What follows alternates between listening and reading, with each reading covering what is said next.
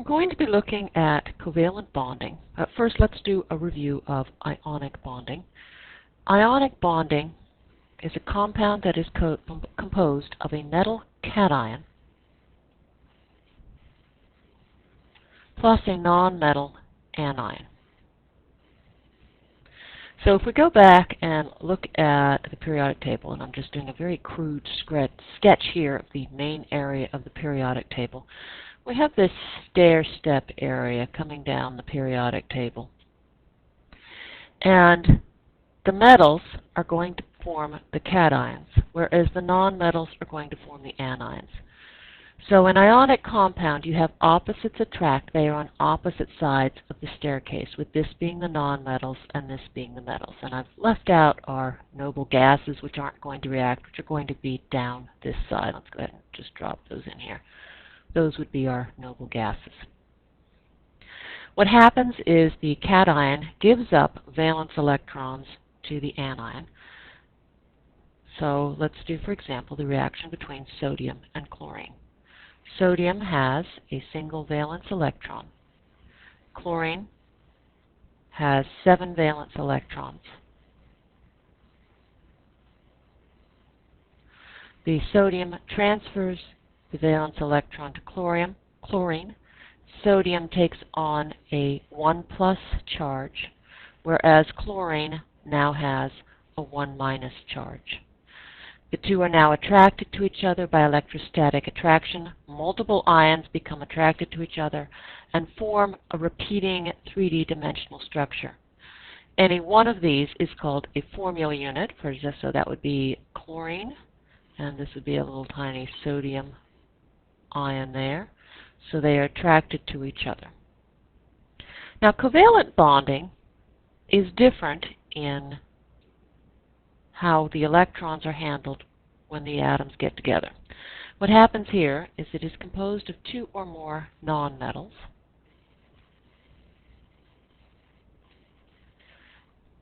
In other words, both of the elements involved, or in many cases it's more than one element, are going to be coming from the nonmetallic region of the periodic table.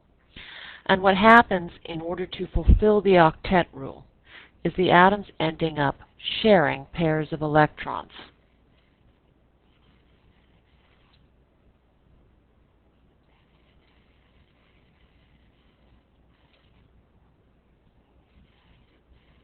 In order to fulfill the octet rule.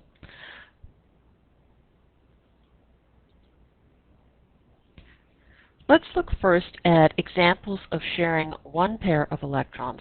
This is called a single covalent bond.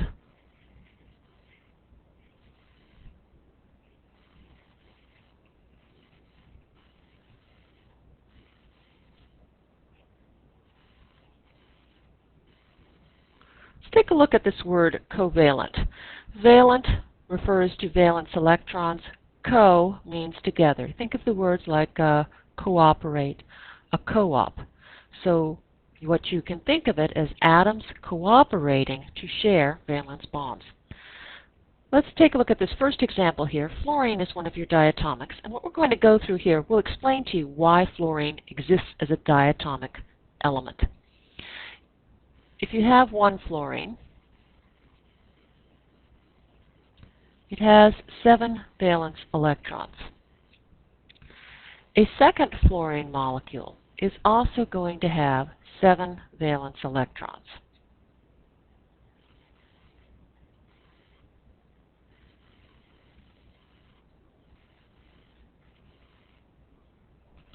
As the 2 fluorine molecules attract each other, what ends up happening is that they can share pairs of valence electrons.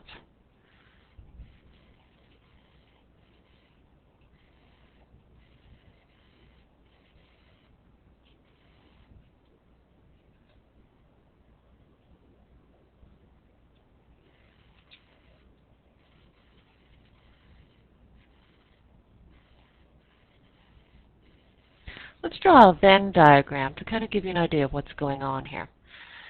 This fluorine, gets to count all of these electrons as being part of its valence shell. This fluorine also gets to count the shared electrons as being part of its valence shell. So that you can see each fluorine has 8 valence shell electrons in this arrangement. So each one is meeting the octet rule. So each fluorine meets the octet rule.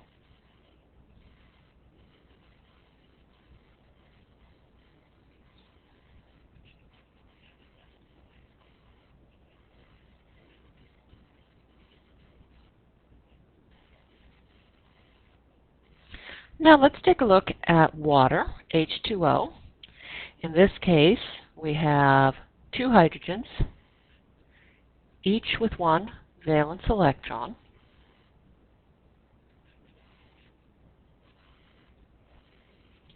And we also have oxygen. And oxygen has 6 valence electrons.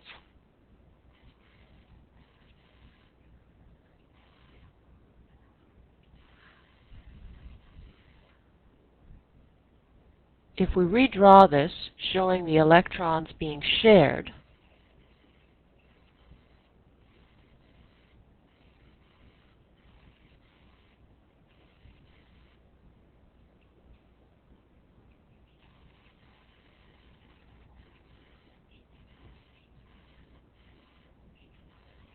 then we end up with the valence electrons arranged like this. If we draw a Venn diagram, you can see that each hydrogen has 2 valence electrons, so it is isoelectronic with helium, one of the noble gases, and that oxygen also has 8 valence electrons, so that each atom has now taken on the configuration of one of the noble gases. When we go to draw dot structures of covalent bonds, when we only have single covalent bonds, what we need to do is count the number of electrons in each atom. So in this case, we would have had 1 electron from each hydrogen, so 2 times 1 electron from each hydrogen, so that would be hydrogen, plus 6 electrons from the oxygen, for a total of 8 electrons. So we need to draw the molecules so the electrons are shared in pairs and add up to the total number of electrons. And electrons not in bonds should be paired. So you'll notice here in this drawing we have pairs of electrons around the fluorine. We've got pairs of electrons here. The next thing we're going to do is practice drawing some of these molecules with single bonds and looking at the unshared or lone pairs of electrons.